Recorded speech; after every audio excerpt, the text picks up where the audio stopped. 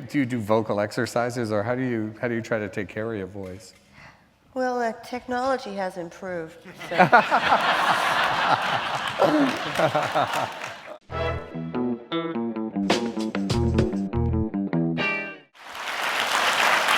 Thanks very much. You're very kind, and thanks for that very nice introduction. We obviously have an exciting night to look forward to here. It's always a great pleasure since the 92nd Street Y is such a bastion of New York culture, when we have guests, or in this case guests, who so much represent the cultural history of New York.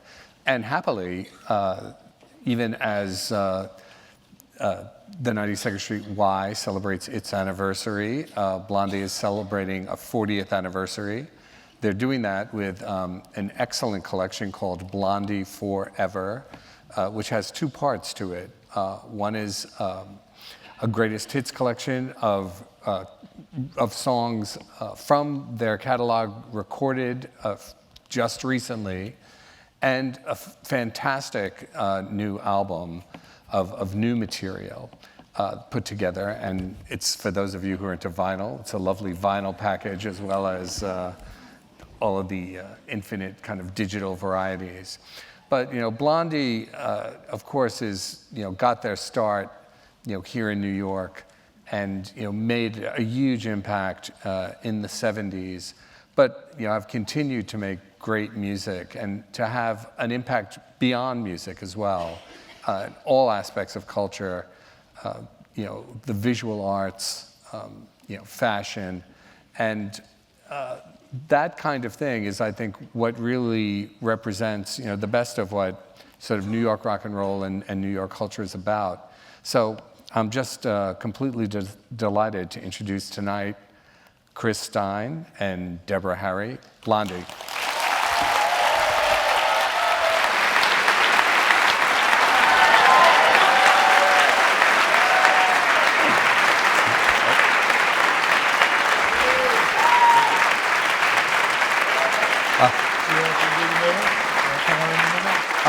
I'm happy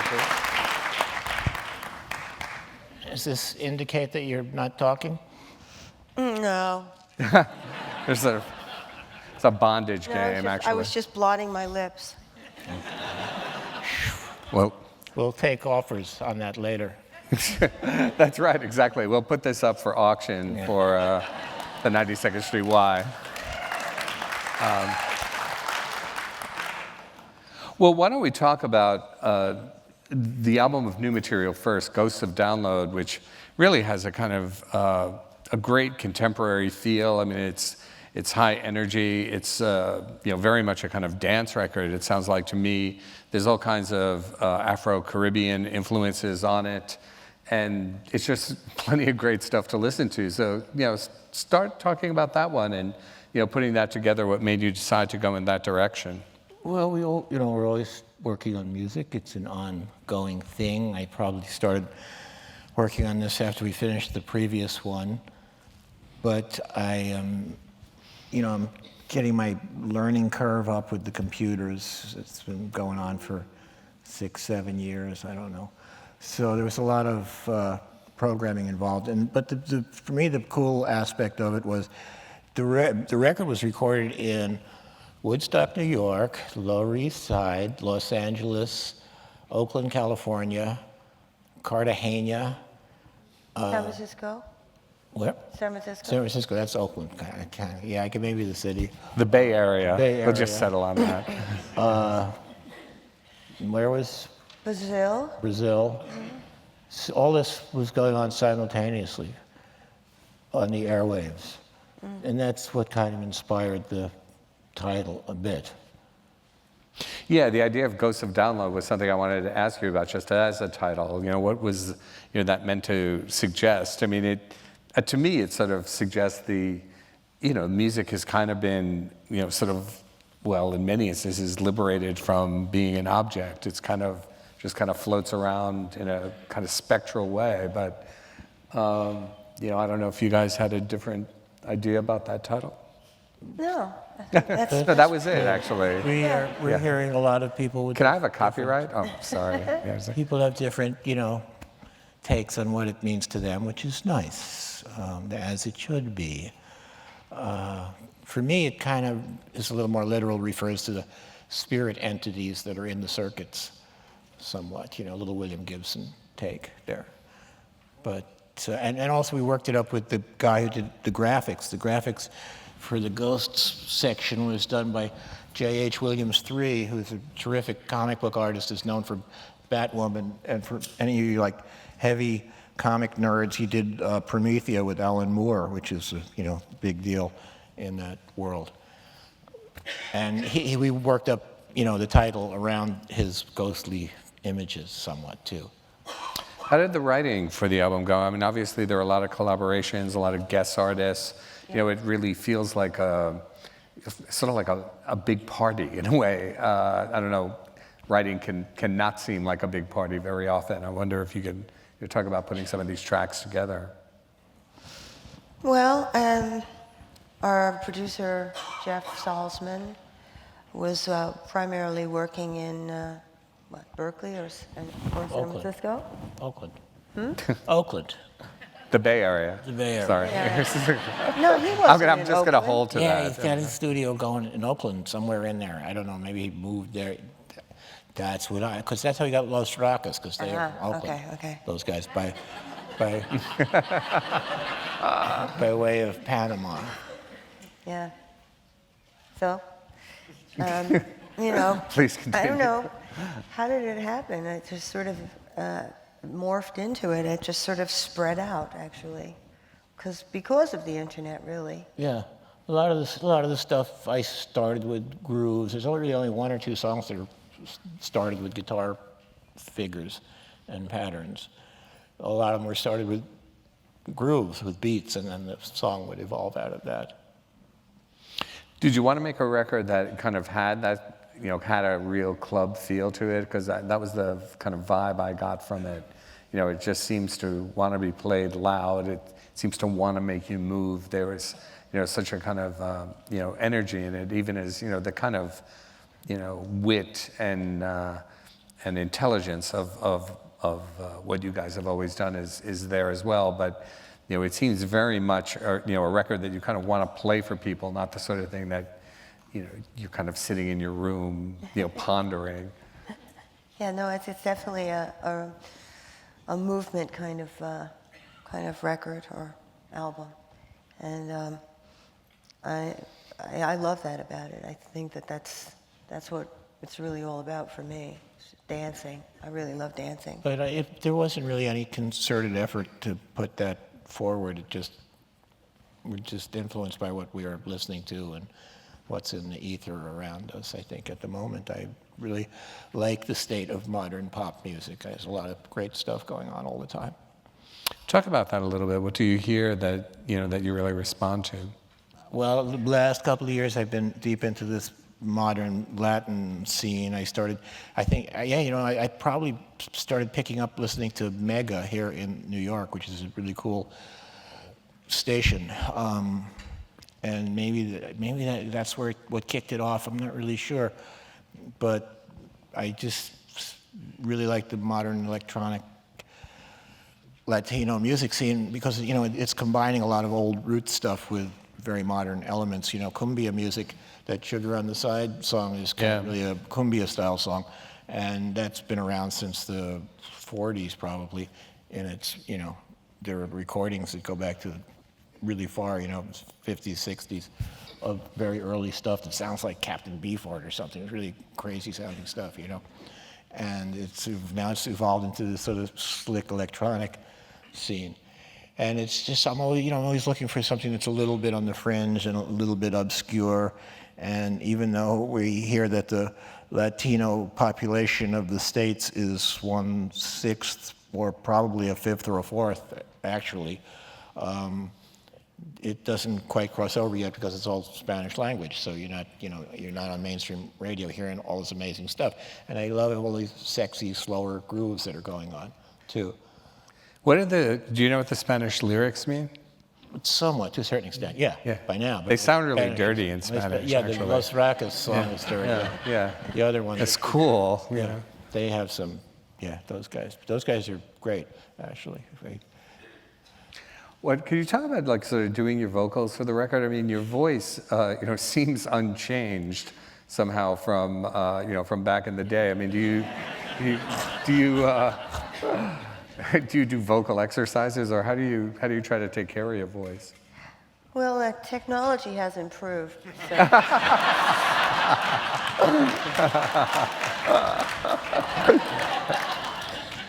So I have improved with it.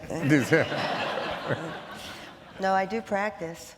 I do, and I do exercises. She has the same cassette tape I know. Cassette tape? that she warms up Yeah, with I cassette before that shows. forever. How long has you had that same cassette tape? Like I don't know, 15, 20 20 years, years, something? yeah. Yeah.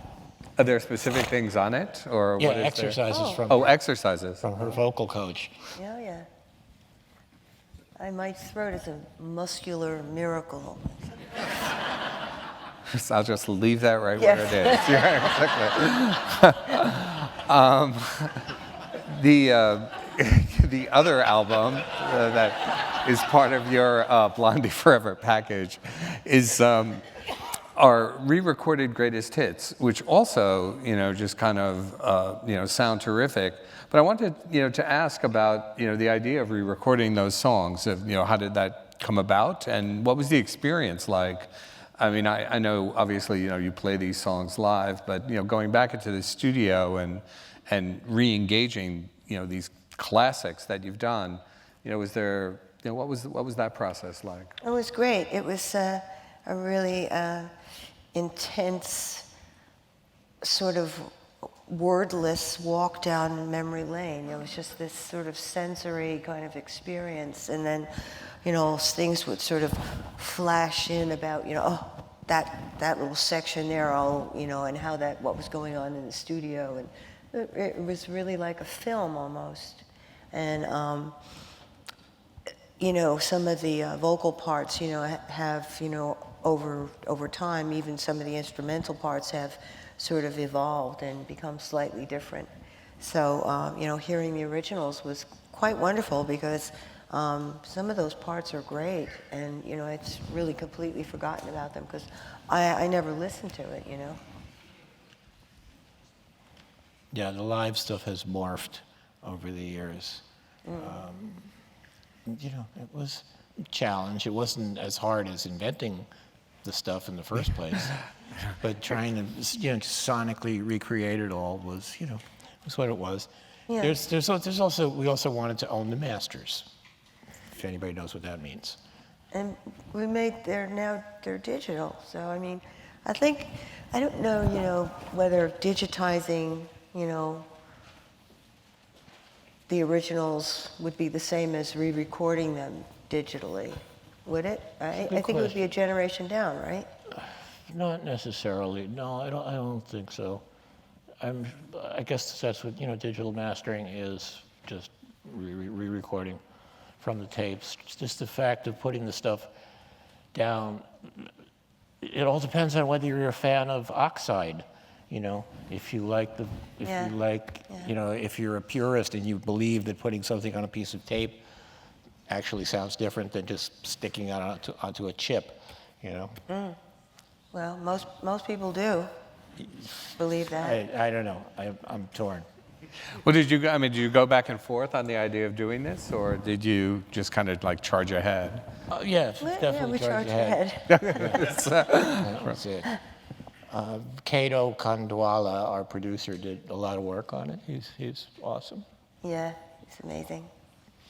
I wanted to talk about, I don't know if you all can see it, but the cover is a famous Warhol portrait of Debbie. And I wonder if you could talk about when that took place, and about Andy and that scene, and what it meant. Obviously, to have your portrait done by Warhol was part of becoming an icon in many ways. Yes, it's all his fault. At least you have someone to blame. I'm serious. Yep. It was, you know, I mean, I guess it was sort of, we had some, you know, contact with Andy socially, and it just sort of came into play that, you know, he would do a portrait. And so Chris and I went there, and Chris shot some nice photographs of Andy photographing me. And, you know, it was fun. Andy's very, he was very easy. He was, you know, he was very quiet, soft-spoken, and, you know, it was great. I wanted to, you know, sort of go back a bit, and I wonder if you could talk about, you know, there are certain things that come up a lot when people talk about, you know, some of the influences in Blondie's music. But I wonder if you could talk about, you know, some of the first music that ever really made an impression on you, you know, even as a kid, you know, kind of things that you heard and really liked, and maybe not just music, but, you know, if there were movies or television shows or, you know, things on the radio, you know, that you feel really kind of informed your sensibility and, you know, kind of created the aesthetic and maybe even the person that, you know, you eventually became. Go ahead. Me? Well, before I was into pop music, I was into film music, which probably kicked off with West Side Story, because it was, people in the later generations don't get what a huge deal West Side Story was. It was like unto the Beatles.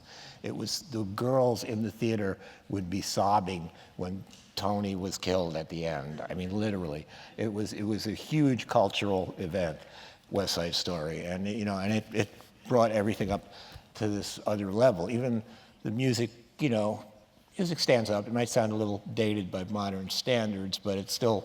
No, but the music is so yeah, it's still miles above what was going on around it at the time. I got in a lot of trouble for taking my sister, who at the time was very young, to see West Side Story. You know, the thing, I think that it's hard to get across, I mean, for those of you who are, you know, kind of too young to remember, is like kids were really into it. Like it was, you know, in a way that most Broadway plays made into movies now would be kind of an adult thing for the most part. But yeah, like that was really something that... Part of the youth culture, West Side Story was, you know, and that was what, 61, I guess. And then, you know, so shortly thereafter, I had my romance with film scores, and I really liked Mancini and some of the stuff. And then folk music after that. And, you know, the Llewyn Davis movie just knocked me out recently. It's just probably my favorite music movie, but it's just a lot to do with my emotional connection with the period, because I was a teenager in the middle of all that crap and going down to Washington Square and hanging out in the West Village when I was a kid, you know. So all that stuff, and then shortly thereafter, you know, there's the Beatles, and I thought it was kind of corny for the first 5 minutes, and then when I started listening to the music, I was taken in like everybody else was. Oh. Yeah. I'm back. Was there particular types of music or you know, films, whatever else that you know, sort of made a big impression on you? So much. I mean, I think I was just a sponge of sorts. And as a little girl, I had a radio that I had, you know, sort of close to my head at night when I was in bed, and I would just have my ear pressed onto this little radio. Yeah, no, I used to make mixtapes of Dylan songs on a reel-to-reel and sit there at night and listen to that. Yeah. So, fortunately, late at night, some of the stations that would come through were kind of great. You know, they were very small stations that came out of Newark, and it was like the Georgie Hudson show, and these just great radio stations that played all this great music. Yeah. The you know, around, you know, the early 70s, you know, it seemed that, you know, whatever the 60s, you know, kind of represented, that things were really beginning to change. and in many ways, New York was beginning to, kind of lead the charge on that. I wonder if you could just talk about, that period when it really seemed like something was taking shape in downtown New York before, anything really happened. Did you have a feeling about, what was coming, or? No. No? No, I mean, I think that the feeling was always sort of within us, that we, had this, driven sense, this idea of, discovery or making this happen, or, becoming great stars or something. I mean, Chris, I don't know, Chris, what was it? Everybody asks us about the past in relation to the future. I mean, it's time travel only works if you have your future mentality when you're in the past. So when everybody was very much in the moment then, and I don't think I thought about 40 years hence or even 10 years hence, and I don't think I thought much beyond what was just going on very immediately, And I mean, it was a moment, and whenever like that summer festival at CB's was, maybe 75, and everybody, suddenly there was a lot of attention. Yeah. But, because, even it took a while for even the Village Voice to start writing about the scene there with any regularity. And, I remember thinking, well, something is happening. And then after that, the British papers started showing. Melody Maker, I think, was the first one to do a piece about CBGBs, and that was a big deal. So, but it was, everything was step by step. We've been doing these rounds of interviews, and we keep going over a lot of the same ground. And one of the things that I've been coming to is just the model for what a rock star is, and it was very different for us back then. It was, if I had a lot of money back then, if I thought about what I was going to do with a lot of money, it would have been buy guitars and recording equipment. I wasn't interested in having a private jet or a Bentley or any of that crap. So, the model has changed considerably over the years.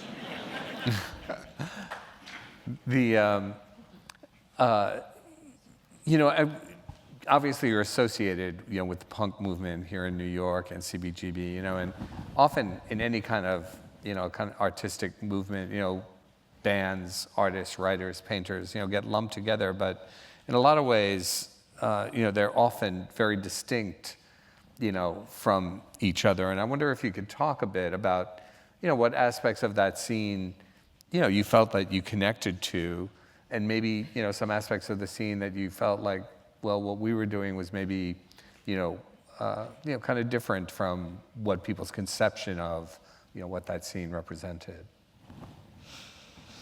Well, I mean, there's as much. I mean, between Blondie and the Ramones and the Talking Heads, it's a complete. There's really very little similarity, but at the same time, everybody was, feeding off each other and grabbing ideas here and there, and it was the CBGB's situation was very much like a workshop. It was like going to a comedy cellar or something like that and perfecting what you were doing in front of people. Yeah. And, it was sort of nice that there was nobody watching, It was sort of nice. Yeah. No, that's Serious. true, yeah. Yeah. I mean, you could... You could just be a jerk and make mistakes and, we always say it's sort of like was going to school or something. Which is again something that's changed. I mean, it seemed like, necessarily bands sort of almost document every single thing that they're doing now, because everybody documents every fucking thing they're doing, It's I don't know what it's going to lead to. It's just this. A lot of stuff. Massive, Oh, yeah. This sort of false hive mind where everybody is connected but not really connected, Yeah, it's interesting. I mean, we've been talking about that for quite a while. I like the hive mind, yeah. The hive mind. Yeah. It's the title of your next record. Yes. Oh, somebody's probably done it. There's probably 10 bands called that already. Yeah. Hive mind. Well, now there will be, probably. But speaking of documenting, Chris, you have a book coming out, a book of photos. Book in September, yeah.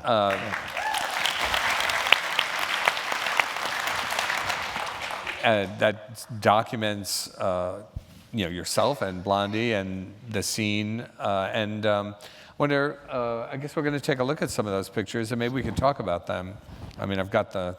Oh, you got the button. I've got the That's thing what that right was. here. I thought it was an electric razor. Oh, okay. Does it? Yeah, right. Exactly. It's fantastic.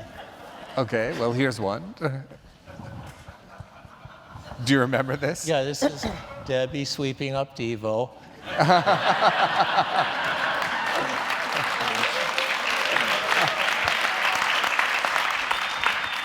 And I remember them, they said, we want to be trash, we want to be garbage. They were just, this is probably early on when we had just run into them for the first bunch of times. We saw them the first time at Max's. They were, just fantastic right out of the bag, It was obvious that they were, in their own world, certainly. But, they remain great, Yeah, they were definitely an organism. Yeah. Yeah, talk about your hive mind, those guys. Yeah, Jesus. Yeah. Do you remember this photo? I mean, Of course, yeah. And I remember that that was on the roof on 17th Street, right? 17th Street, yeah, it's a weird place we lived in. That was a crazy roof. Yeah. A lot of crazy things went on that roof. care to share? Well, some of them were kind of tragic, but I mean, this was a fun one. But there was some homeless guy who had a mattress. He dragged Yeah, the we mattress found a up. blood-stained mattress on the roof one time. Yeah. But I don't know if he was murdering squirrels or what was going on. Yeah, we didn't know what was going on. Or Santeria. Eating pigeons or something. Okay. Let's go. So that's Lester Bangs on the beach in Coney Island. And the girl in the bikini is Jessie Blue, who is in a band called the Slander Band. And the other chick is only known to us as Frankie the Shark Woman. And Leg says he went out with her. But we This would can't. be Legs McNeil. She was Yeah. different. And these guys are civilians. And then amazed this- civilians. This isn't in the book because Rizzoli was really adamant about getting clearances, and we just couldn't figure out all these people were. So, and I gave a big print of this to Jon Stewart when we were on the show the other night, and he was really happy. And he said his father lived in that building, right up there, that's on the right of the Wonder Wheel. So I had no idea about the connection, but it worked out very serendipitously. Yeah. And Lester, is awesome. Wrote a book about you guys, right? He wrote a sort Wrote a of, lot of stuff, Les. he wrote a sort of scathing book, Oh, the book is Where he negative. was- Oh, that's too bad. where he was critical of Debbie's overt sexuality for showing her underwear on stage and Central, Talking about her throat. which in retrospect is pretty funny because I wish he had lived long enough to see Britney Spears.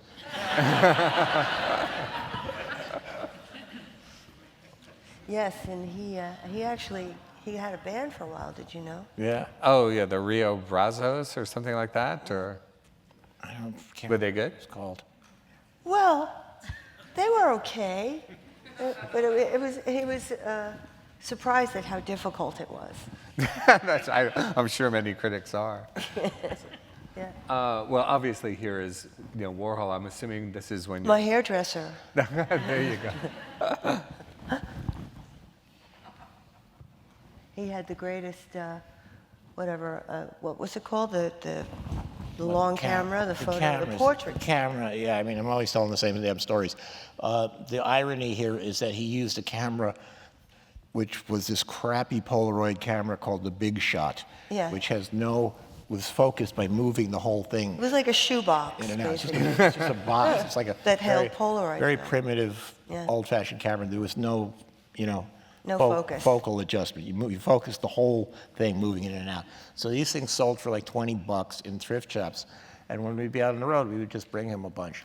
And other people did the same. He had a big pile of them. And that was his weapon of choice. Yeah. And you can't really see the camera because it's sort of, but see where the flash cube is? And his hand is holding the back end where the film is. And then there's this long box. Just a long plastic grid. But I mean, the irony, of course, is he was using this cheap-ass camera and selling the pictures for millions and millions of dollars.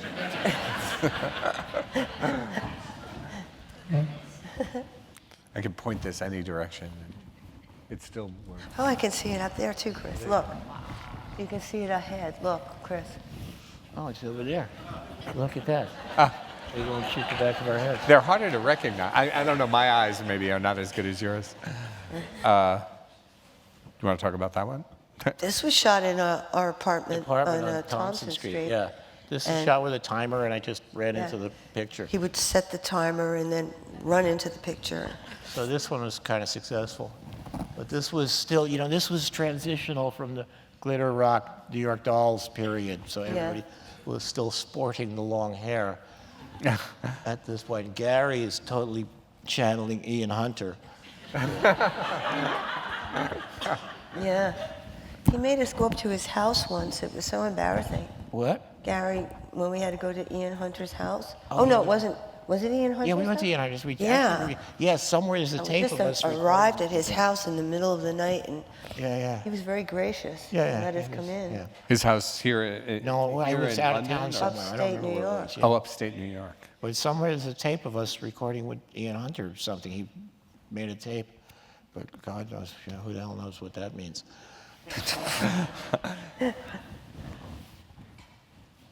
And these guys, what are you going to say? This was in Arturo's loft on Joey Ramone Place, which is now Joey Ramone Place, on whatever else, what street is that? 6th Street, 3rd Street, whatever it is. What's interesting here is Dee Dee's shirt is something Arturo did a little bit of styling for them. I mean, he made the banner, Arturo Vega, the guy who made the Eagle logo. And he would just go to 14th Street and buy junk in stores, and he got really attracted to these weird polyester pattern shirts. So the pattern on the shirt that Dee Dee has on is the same pattern that's on the Ramones logo, on where the star should be on the shield. It's that pattern. That's just the obsessive detail. What was your sense about the Ramones, just kind of musically or as guys? The Ramones were like Godhead from the first time I saw them. I thought they were totally fucking amazing. I mean, it was just, there was. It was just something. It was just, because we'd seen a lot of bands by that point. These guys just were somewhere else and were completely focused, even though it was so funky and they didn't know what they were doing at first, and and they would stop songs and argue but there was still this. She describes it as paratroopers jumping out of a plane in formation. That's good.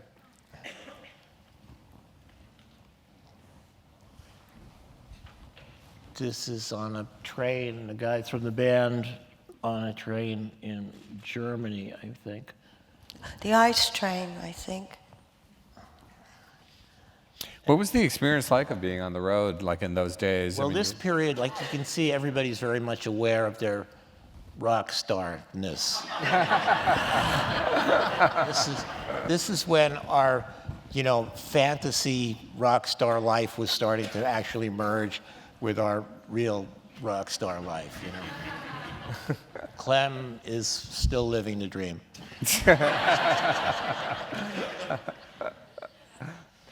Debbie, do you have any comments about that? Well, the food was okay. And I love the ice train, actually. I'm pretty sure that looks like it's. I think that looks like a German train. I think it was somewhere. Yeah, because as I see these pictures over the years, I always am prompted by them, but I can't say for 100%. I'd have to look at print items in the photograph or something. Schoenwelt on the newspaper, it says. I think it says. Yeah, something like that. Yeah. How do I feel about that? It feels good. And this one okay. is a favorite of mine because this is like 14th and 3rd.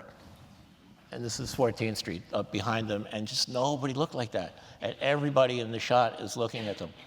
And I also recently noticed that this guy in the middle in the pink shirt looks just like Matthew McConaughey in Dallas Buyers Club.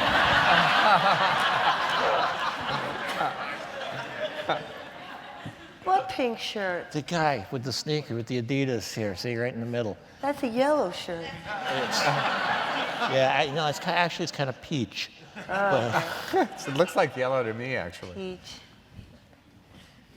And this, that's Jimmy's head, and I'm standing on the base of a lamppost, so there's a downward slant to this. But I always got a kick out of everybody staring at them, and it's not because they knew who we were. It's just because of what they looked like. You know, the kind of band's visual sense, I mean, just, you know, dress and presentation was always, you know, kind of part of, you know, a big part of what you guys were up to. I mean, can you talk about, you know, sort of developing that? Was that something that you discussed? I mean, obviously, you know, it was a much kind of bigger deal for you. But, you know, obviously the band had its own look as well. Mm-hmm. Well, I think there was a kind of bunch of different influences. Initially, I think it was comic books. You know, that was sort of one of the underpinnings that everyone sort of had a commonality of, you know, loving comics and comic books and comic art. And then, you know, Chris went to England, and Clem went to England, you know, they sort of are Anglophiles in a way, and, you know, you know, the idea of doing mod. something. Everybody liked all the boys were enamored of the mod aesthetic. Yes, well, I mean, it was the opposite. We wanted to do something that was the direct opposite of the sort of, you know, predominant, you know, 70s wide lapel kind of different, you know, that kind of clothing, and go the other way. And and also that was the clothing that was the cheapest because nobody wanted it except us. Yeah, no, the thrift shops were filled with all the remnants of the 60s at that point. No, there's none of it left. It's all been way absorbed. And recently I was just I rewatched Breakfast at Tiffany's, which is 61, I think, and there's a party scene, and all the guys, you know, in her apartment, and all the guys are dressed so sharp. They all have those, you know, narrow lapel suits, yeah. sharkskin suits Yeah. and stuff. It's a whole other reality. You know, one of the things, you know, in the scene, even as, you know, progressive as punk was in many ways, you know, it wasn't, you know, there were, you know, obviously Tina Weymouth was in Talking Heads, and there was Patti Smith and various other women. I mean, I wonder if you could talk a little bit about, you know, kind of defining an identity, you know, as a woman on that scene. And, you know, you talked about, or it was mentioned about, like, you know, Lester Bangs' book being critical of your quote-unquote overt sexuality. You know, talk about, like, handling that, you know, at that time. I don't know if I handled it at all. I don't really. I was just sort of, you know, trying to figure out, you know, what I was doing and to, you know, enjoy it to some degree. And I had, you know, Chris's support and criticism, which is sometimes very helpful and sometimes really not. But no, I'm kidding. It was, you know, trial and error, really. And I don't know. I've had to be stubborn to, you know, get out into the world, you know. So I had an agenda from probably when I was about 5 years old, and you know, I think that. You mean to make an impact? No, to just be myself and to, you know, had to really stick to it. Had to hold on to that very desperately. So I think that's, you know, sort of what propelled me. Well, around this time, you know, there was the whole, you know, Blondie as a band thing, and, you know, as your own profile kind of increased, it seemed like, The Blondie of the band thing was a weird sort of Game of Thrones manipulation done by our weird ex-manager, which was we always thought was kind of an overstatement, and I always thought he used it to divide us, if you can figure that out. Yeah. Okay. You mean to kind of foster discontent? Yeah, something, yeah. Like to keep everybody off balance a little bit. Yeah, it's tricky. But I think one of the definitions of the whole punk aesthetic was very much that it was very do-it-yourself, and we never had stylists, and we never had any that kind of stuff. Nobody did. Everybody was all just very going forward one step at a time, certainly. Yeah, I think that I'm not uniquely alone in my sort of attitude about,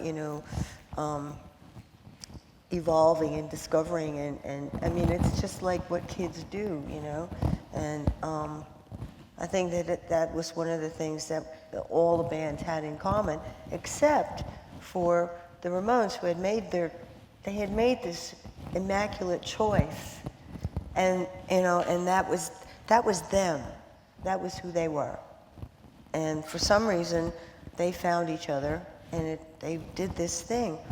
And I think there was something also in Talking Heads that was sort of like that, because they all sort of came from school, and they arrived at this piece, this uniform piece. Our thing was morphing and evolving for a longer period of time, and also the B-52s. They sort of, they were this entity, at an earlier time. We've gone way off. He was asking about your female stance, and I do remember you very early on saying about not being a victim and projecting, your strength in that. Yeah, I did want that. Yeah, and I also think, I was sort of sick of women sort of being, the underdog in relationships, we all have our ups and downs and stuff like that, but a lot of the music was, I felt bad for Billie Holiday. I felt bad for Janis Joplin, I wanted, revenge. So like that. Sure. Musically, it's own, we'll get back to the images in a second, but musically, it seemed also like you guys were kind of listening to a range of things and responding, to a range of things, that were kind of well beyond. Many people would have seen something like disco as like the complete antithesis of what punk represented, or even hip hop often seemed like a foreign thing to a lot of like purist punk bands. I wonder if you can talk about your own responsiveness to that. Reggae too, obviously, a bigger thing for punk bands in England, but not necessarily here. But it seemed like Blondie was open to all of that and incorporated it, and really tried to kind of use the most interesting elements and the ones that made sense for what you were trying to do. So this is another answer I repeat all the time. It's just as our eclecticism. The people we admired were like that.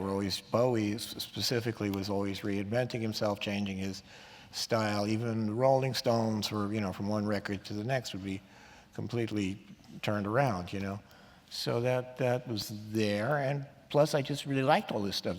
First reggae music I heard for real was when I went to, right before I met Debbie, I was in the UK, and it was just picking up. It was 1973. I hadn't even heard the word reggae yet until I got over there, and then all of a sudden I was in the middle of all this stuff, and it was the first reggae festival on Portobello Road, and I was staying near there, and it was really super exciting, and I just liked all that stuff. I liked roots music, I liked world music, and I was always a big fan of R&B. For me, disco was just coming out of R&B anyway, and that stuff was just all, it was just what I was drawn to as far as the songs went. I mean, Heart of Glass we thought we sounded like Kraftwerk. Nobody thought it was a disco song. That was it. Debbie, did you feel similarly about the kind of various sounds that were around at that time and responding to them? Yes, I mean, I didn't feel, my influences had always been very, you know, I had a wide demographic, I guess, you know, I had a lot of different tastes, you know, and Chris was, you know, very adventurous, and I think that we really very often like the same thing. I can't explain that, but you know, it seemed very easy, really. It didn't seem like a struggle, did it? Was it a struggle?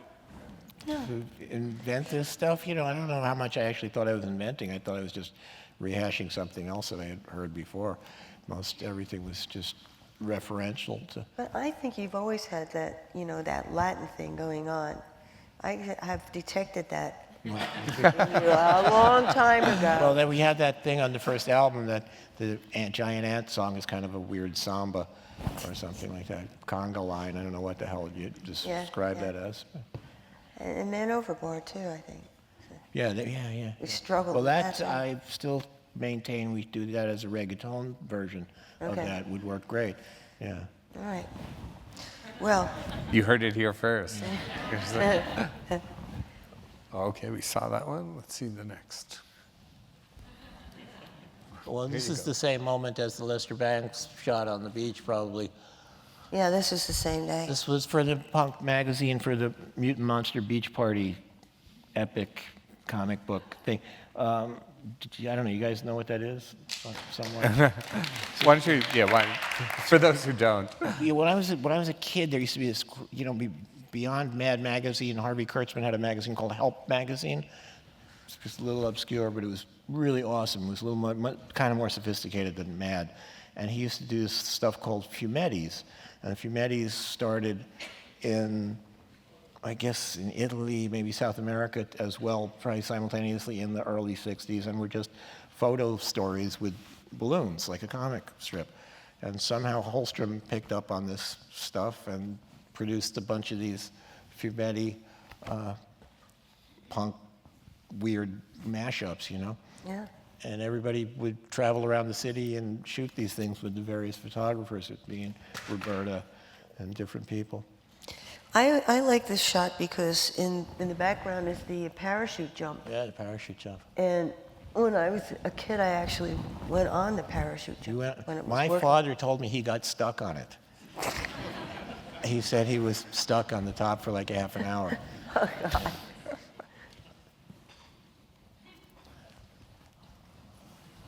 This is just some, this is very retro looking. Very what? Retro. Retro, yeah. Yeah. This looks What like was the it 80s. from? It's Was from it the phone it? basement, and it was Hanging on the telephone? Yeah, nah, it was just some photo shoot thing we did. Okay. I mean, if you looked at this and said, what period is this from, you'd know it was from the 80s, I guess. All right, yeah. Keep moving. Okay.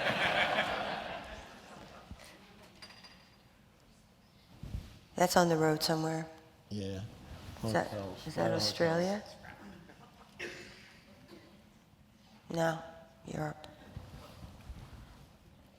This is Debbie, probably on the same train. Yeah, the guy. it's the same lamp. Yeah.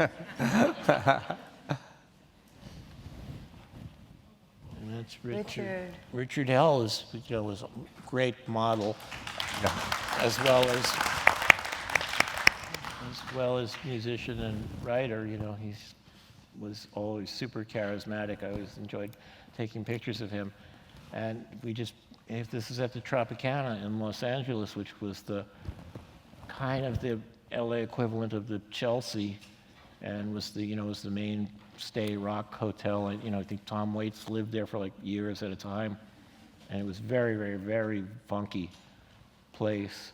And it was just, everybody would just collect there, and we wound up there with him at some moment.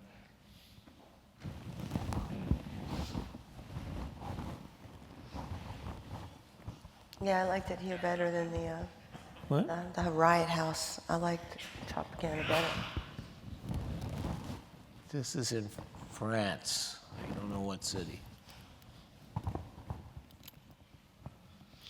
One of the things, Blondie got very popular in Europe very early on. I mean, I wonder if you could talk about that a bit, about the kind of success that you enjoyed over there, really before you kind of broke through in a big way over here. I think it was partially because they have had more of a market for pop music, and that it was always existed, European pop, and it still does to this day. It's very strong. And also the fact that we were on a British label, and their machine was, so precise, and they knew exactly how to, market us, do the whole thing. So we just slipped right in. And there was something about this. I've seen Lolita described as young America seduces old Europe in places. So there was something about this, brash girl Sexuality. Yeah, that resonated over there somehow. Maybe it was a little, in spite of their looser sexual mores, even then, I think there was still, well, compared to America, certainly in the 70s, they had tits on billboards and shit, Yeah, they did. But there was still something forward about Debbie that I think they was appreciated there immediately. And I remember being, the first times, we were in the UK and Holland. We had a big following in Holland. It was exciting. It was very different than being in the States.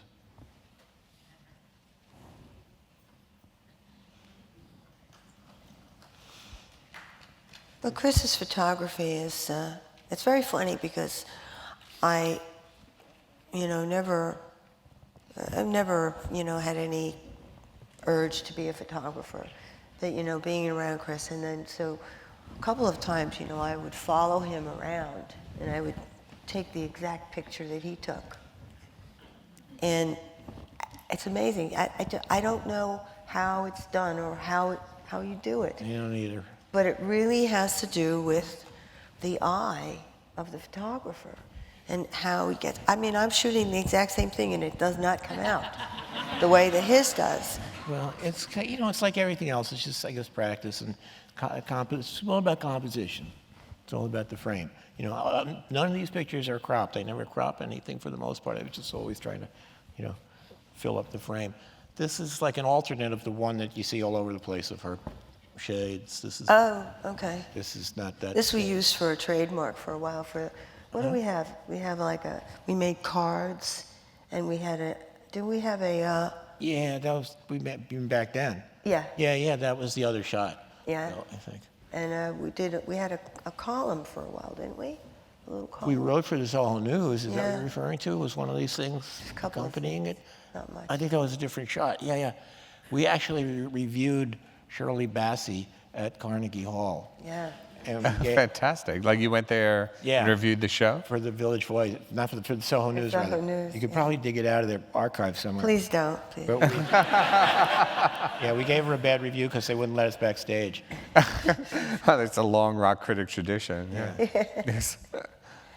I have to say, I met her years later, and she was formidable. I mean, she's really a powerhouse. It's a big voice. Yes. And we went on to do Goldfinger over Yes. the years. We performed that, our own punk version, which you can find on YouTube. Don't do that either.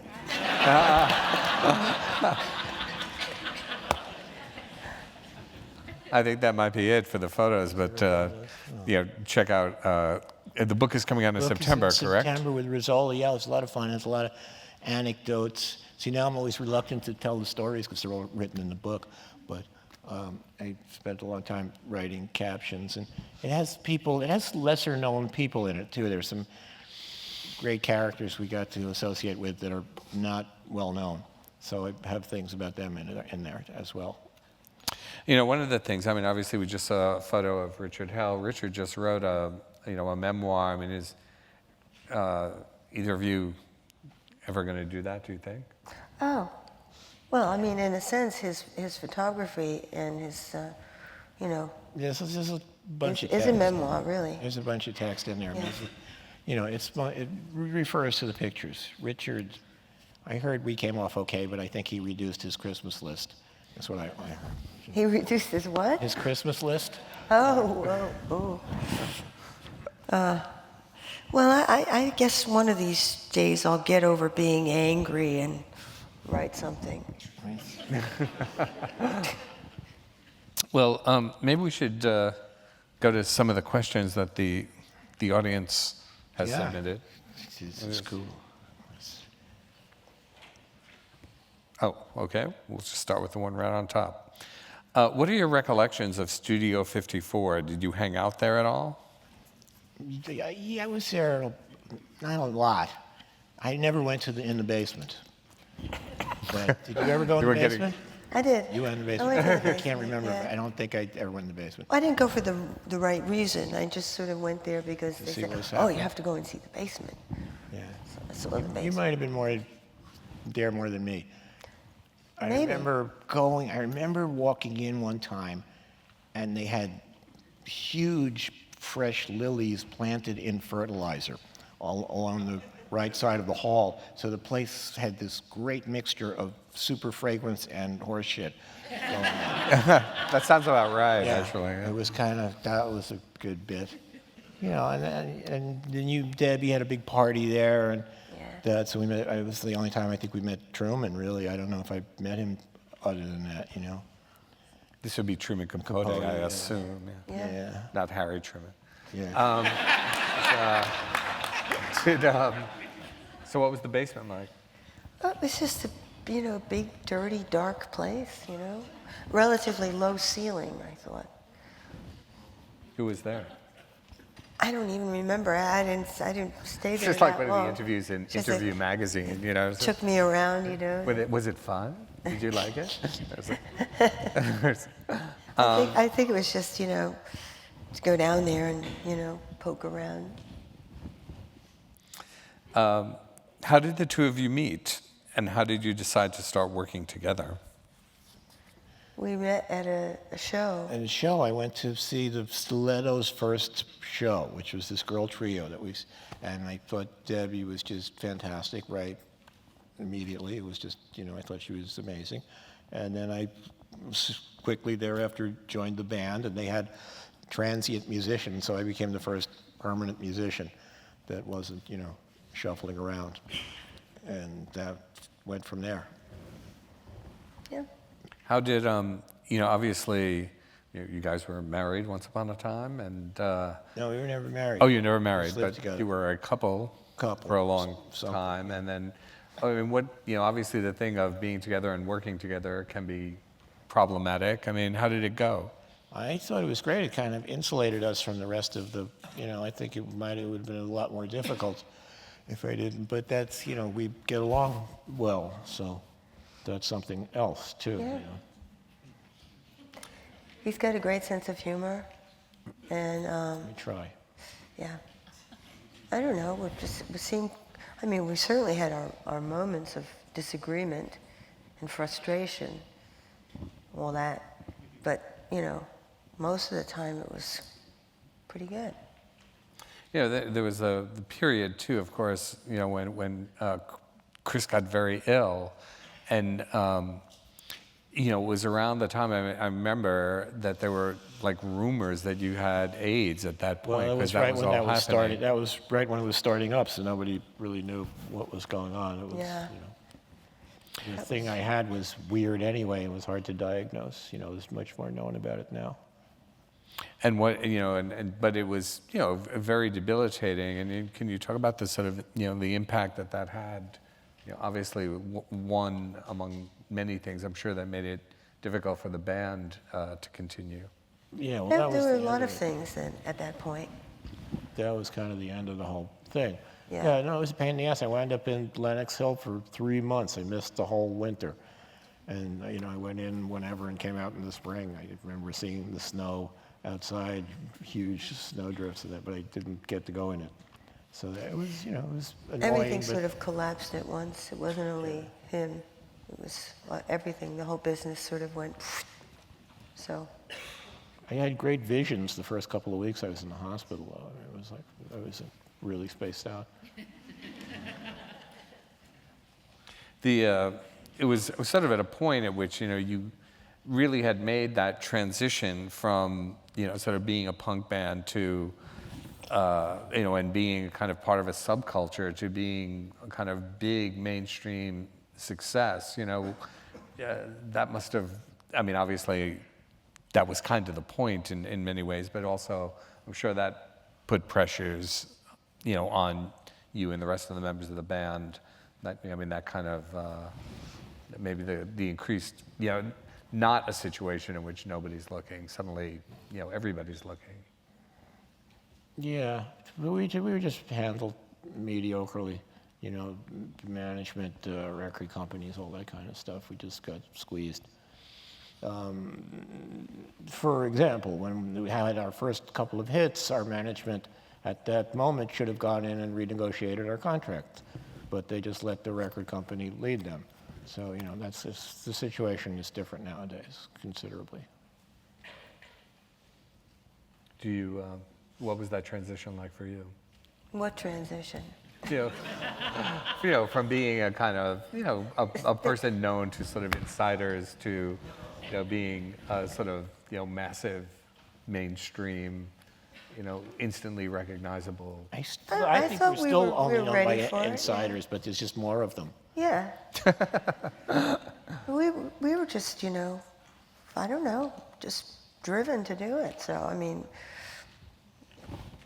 no holds barred. It was, what everybody, Chris always says, anybody who starts a band or goes into a band immediately thinks of themselves as a huge star. So, it's part and parcel of the gig, It's like you automatically assume that identity and forge onward, forge ahead.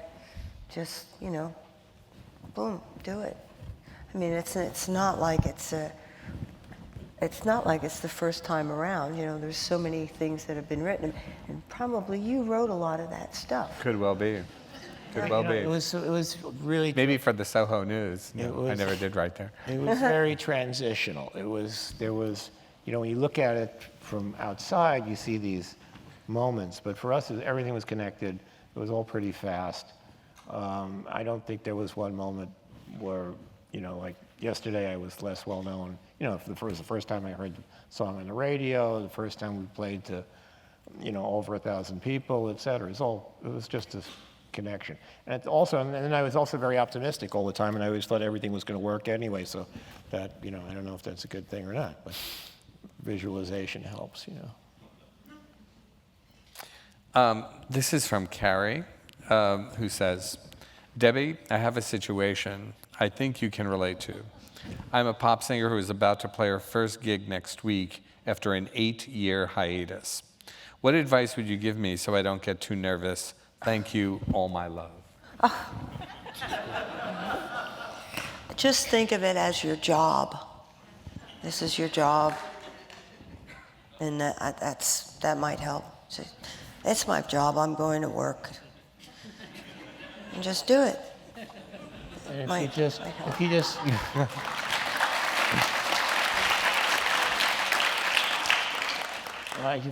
if you just call it excited instead of nervous, that helps for me. Yes. I don't know did you hear that? Chris says if you just say that you're excited and not nervous, use the word excited. Yeah, call your nervousness excitement. Or you just think of like John Lee Hooker. Man, he's not nervous. He just goes out. He's dead, but nonetheless. I did write his obituary. I did. Yeah. So I know for a fact.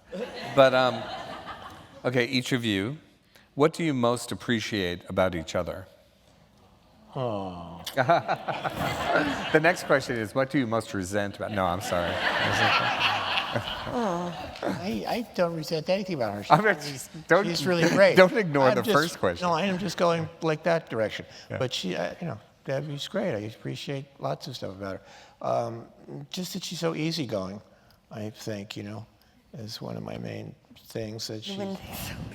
And also is, You would know. It's too much stuff. I can't. It's a lot. Debbie's great. Yeah. She's one of my favorite people. We're two peas in a pod. Yeah. No, I'm serious. It's kind of, I can't believe it. I'll tell the story here. The guy who drove me up here must have Googled me, and he said, "Did you ever meet Marilyn Monroe?" So I said, I was 11 when she died. So he showed me a picture on his phone, and it was.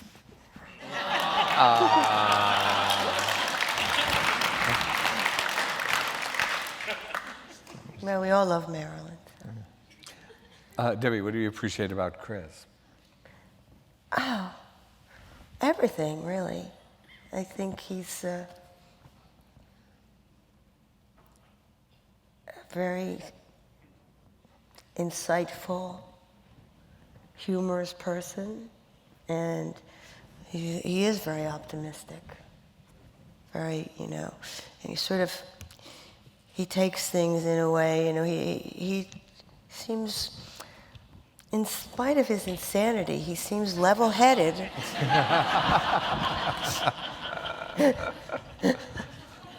Sorry.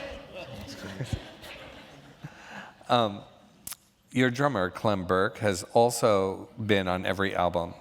Could you say a few words about Clem's influence on the Blondie sound and on the group dynamic? This is from Michelle. Clem is the penultimate rock star. He is. He adds. Jesus, the fucking guy only lives in music. There is no external reality to him outside of music and show business, and he knows every goddamn thing about every band that ever played in the whole world. Yeah, it's true. It's off the hook. Restaurants a little bit, but not, not more. The music thing is all encompassing. And I think if we could get him on a quiz show, we could really score.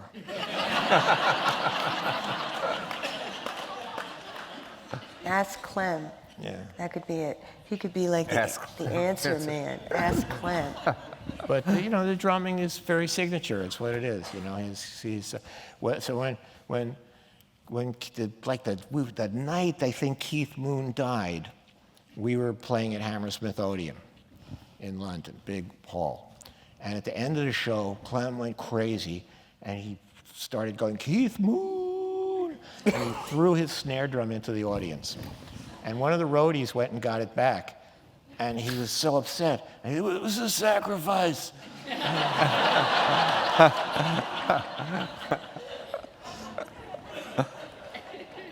He has a pair of boots that fairly recently, I think within the last 2 He years, might have Keith Moon's boots. somebody brought him this pair of really disgusting boots, and they swore they were from Keith Moon, and Clem carries them around. We could. They're sweat stained. Maybe we could do a DNA. We could. But I don't know. How you. Yeah. But beyond that, it can't be verified. No. Photos, maybe. Well, we called up Keith. Somebody had Keith Moon's mom or some relatives. The size was right. Oh. Yeah. Yeah. Yeah, They're not that big. Yeah. Debbie, what's your advice for getting along in a band with let's see. What's your advice, Ms. Harry, to getting along in a band with a bunch of boys for so many years? Ooh. Well, I think I was sort of insulated from that because of my having a relationship with Chris, so nobody was going to mess with, Chris's girlfriend. Well, there was kind of an us and them thing that would happen on occasions. Yeah.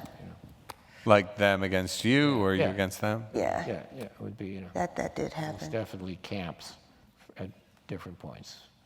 But, This from a 100% gay male. I'm assuming this is for you. How do you remain so vivacious and beautiful after all those rock and roll years? This is from Scottish Alex. I don't know. Maybe it's helped me somehow. What helped you? Doing music. I don't know. I try to stay fit. You know. I take care of myself. I think you're a genuinely good person and that your soul is reflected in your being. Wow.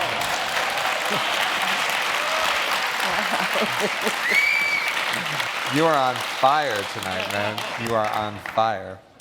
This is what he does.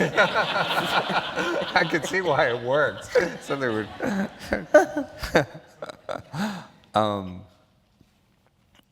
Let's see. It's been written that in 1980, Debbie wanted Benny and Bjorn from ABBA to produce Blondie's next So I'm album. ready now. I'm totally ready. Was this really a consideration? And if so, was it because you appreciated ABBA's sound from Patrick? ABBA's fucking awesome. They have ABBA's Won't get an argument some from of the me. greatest tracks ever. You know? Yeah. Jesus Christ. Dreaming is Dancing Queen. I mean, it's a direct cop. Da da da da da da. It's totally. It's not enough notes to get sued from. Don't speak too soon.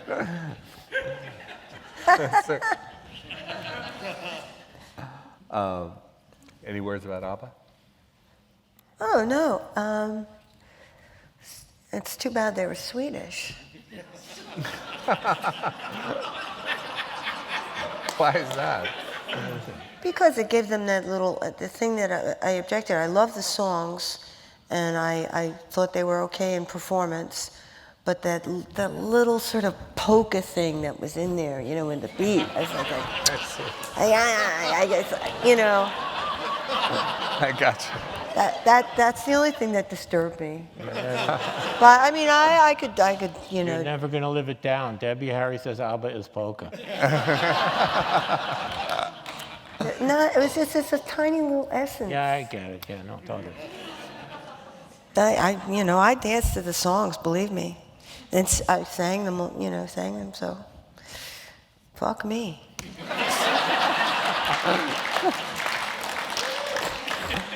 On that note, do you consider yourself a feminist?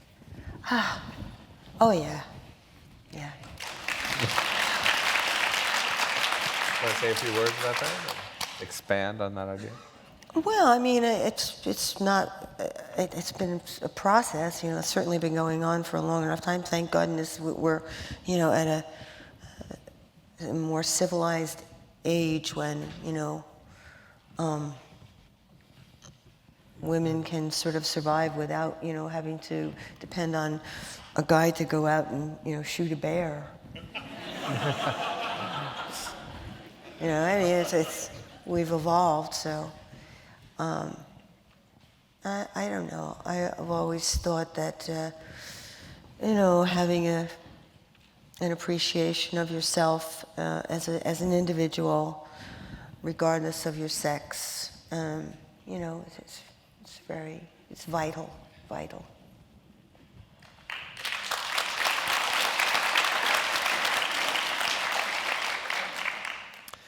Will there ever be an original lineup reunion? There's, it depends. There's like several original lineups too. Yeah. But no, I don't. We've been through a couple of reunions that way, so we sort of, I think we have done that, and it may not have been as public as. I tried to get Gary involved with the comeback band situation. We did a little stuff with him, but it just didn't work out. Yeah. I like Nigel. Yeah. I don't know. But we've been working with Lee Fox, our current bass player, for like 23 years or something like that. Yeah. So we worked with Nigel for 8, or well, not even, No, not even. So I mean, 5. it's a whole, everything's, skewed by that, all this stuff, too. It's amazing because this version of Blondie has been together, what, twice as long as the original? Well, since we came back in '96, this is, a much longer Yeah. time span, But these guys that we have now are awesome, Yeah. I like working with the kids. The kids. How did Heart of Glass change everything? Oh, was that your lucky break? Well, in the States it was because I don't think we had, cracked the charts until Heart of Glass. And Heart of Glass was sort of a remote track on that album. It was not, slated for single, the single world. And I don't actually know how it happened, how it got there. But 9 months later? 6 months. The album, Parallel Lines, was on the charts for 6 months before they, in their wisdom, released that as a single in the States. And it just quickly went to '1, or fairly quickly. I don't really know how long it was on the charts as a single. But, actually, to digress, you know what WABC was in New York? Was a big rock station. We are the only band besides the Beatles to have a back-to-back #1 and 2 on WABC, where I think Rapture bumped Tide is High or vice versa from the #1 spot, something like that. I always liked that. It says, speaking about using the internet for multiple location album recording and computers to affect vocals and music, do you see the band writing and recording live in the studio for a new album at some point? Well, we did the last record, the Panic of Girls record, was much more done like that. But I like working like this now. I've always heard that Da Vinci used the most modern stuff he could get his hands on. So theoretically, if he was around now, he would be dealing with Photoshop.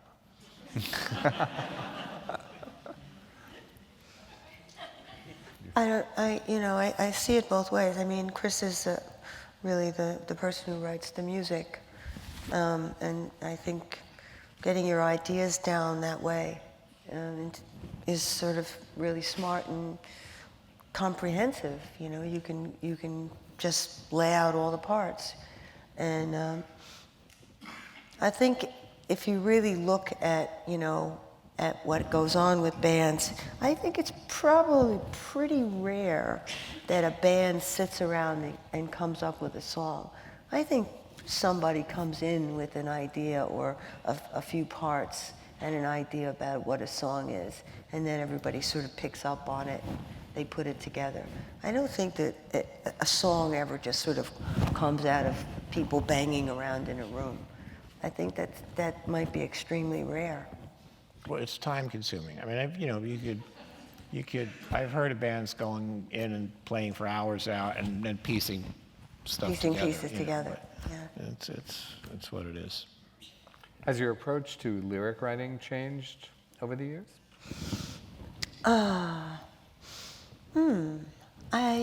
I guess, I don't know.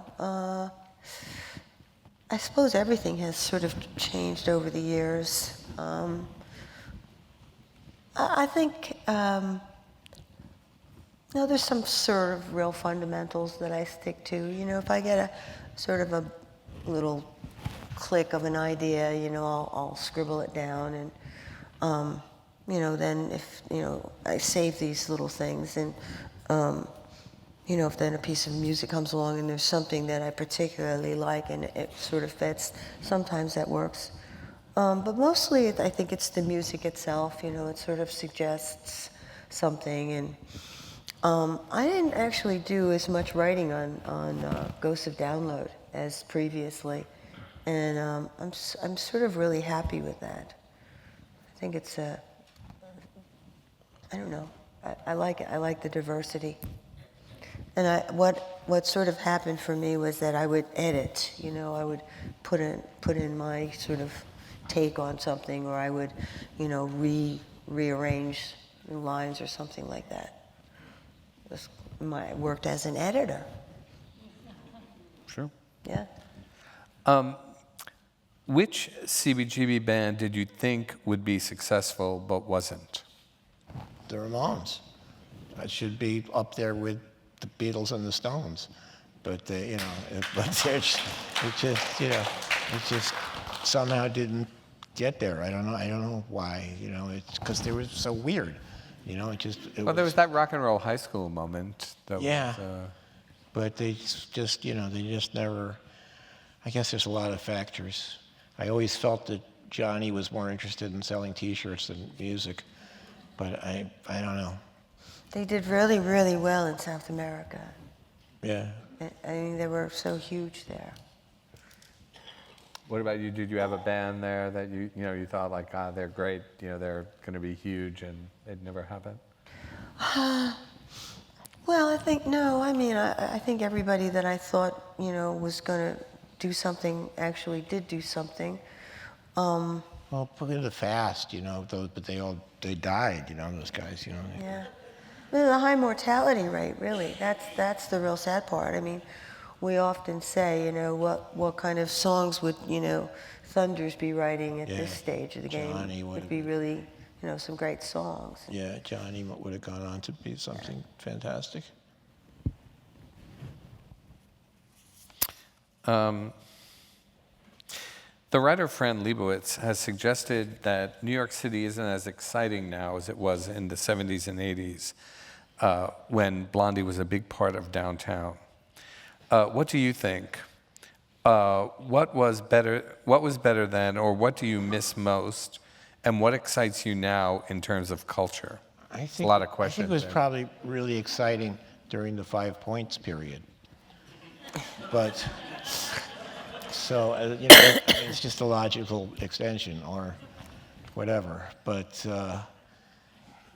this is the glamorization of that period. Yet, in retrospect, back then, everybody pissed and moaned and complained about being here. And just, I didn't know anybody who at some point didn't say, I gotta get out of here. It's so dirty, it's so horrible.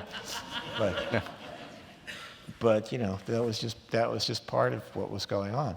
But no, there's so many aspects to it. A lot of it is just financial, just this crazy input of Ronald Reagan, man, screwed it up, really. Mm-hmm. Just handed everything over to Wall Street. It's just awful. Yeah. I think that the density in New York City now is kind of amazing to me. So many people.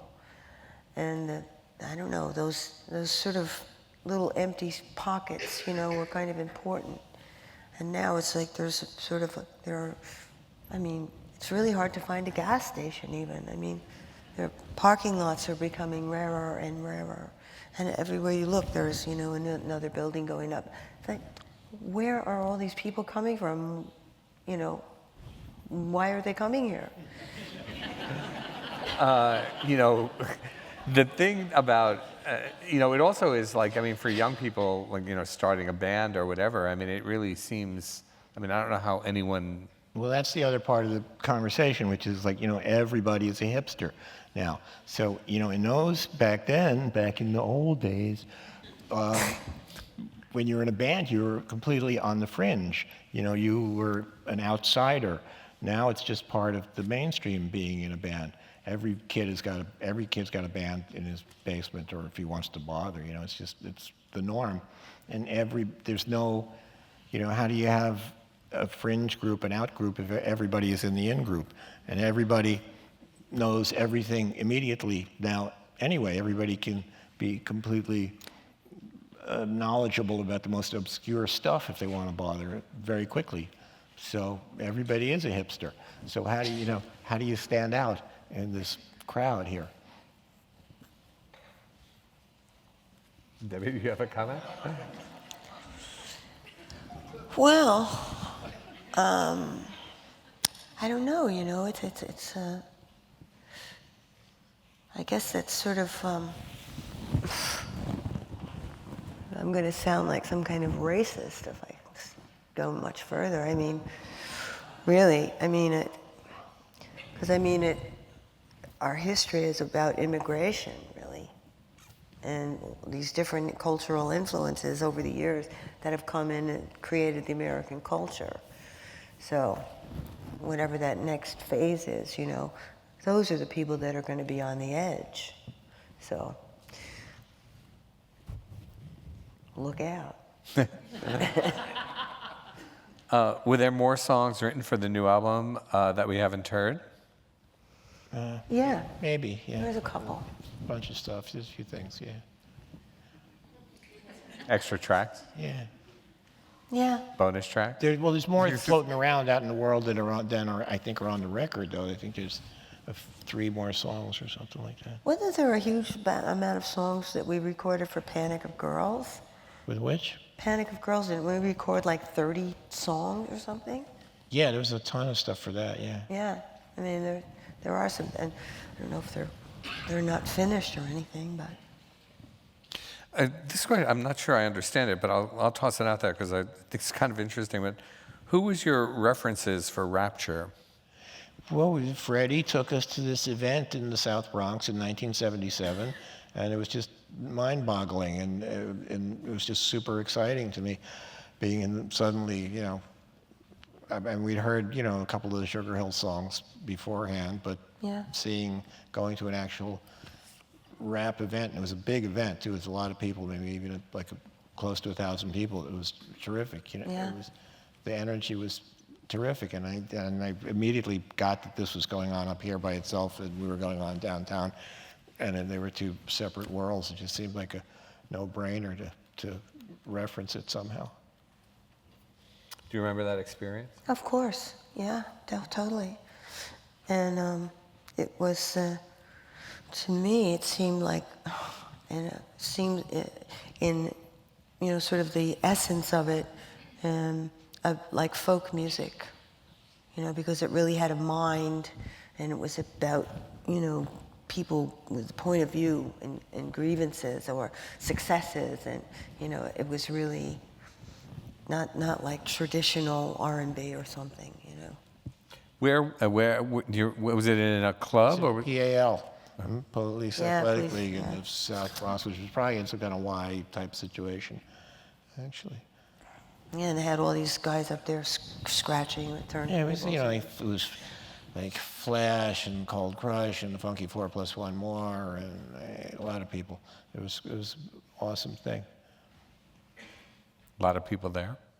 Huh? Was it crowded? It was probably close to 1,000 people, maybe. Yeah, maybe. Yeah, it was just super exciting. It was the first, you know, hip hop thing I had any kind of contact with on a live basis. Debbie, this is a question about Videodrome, which is David Cronenberg movie that Debbie starred in. Can you talk about making that movie, and did you enjoy it? I did enjoy it. Cronenberg was, or is, you know, such an amazing director and writer, and also quite a good actor. So, you know, working with him, he was sort of, you know, soft-spoken, and but he knew exactly what he wanted, and he had a team, you know, from, I guess when he started out doing, you know, his smaller movies, his lower budget movies, so they all worked very well together, and it was a great experience, and I liked working with Jimmy Woods too. I know that he sort of has garnered some kind of crazy reputation, but he was a lot of fun, really. We would do these intense scenes, you know, like with the cigarette burning and the piercing and all this, you know, dark stuff and, you know, physical stuff, and then the camera would, you know, cut, and he would come out with some stupid joke, you know. It was great. It was fun. Cronenberg himself, I mean, for as weird as his movies tend to be, which a lot of violence and sexuality and just strange kind of almost science fiction elements to them, He seems, I don't know, the times I've ever seen him, he seems like such a kind of friendly guy. I mean, like a just normal seeming, like a kind of nice professor somewhere or Yeah, something. yeah. He's got that little, Thing going on. You never can tell. yeah. Okay. Well, what's coming up for you? Obviously, the 40th anniversary is going on, and you just put out this, Blondie Forever collection with the 2 albums. And what, are you going to be on the road? And Yeah, we're going out of here June, second week of June. Europe, run around, do the festival circuit.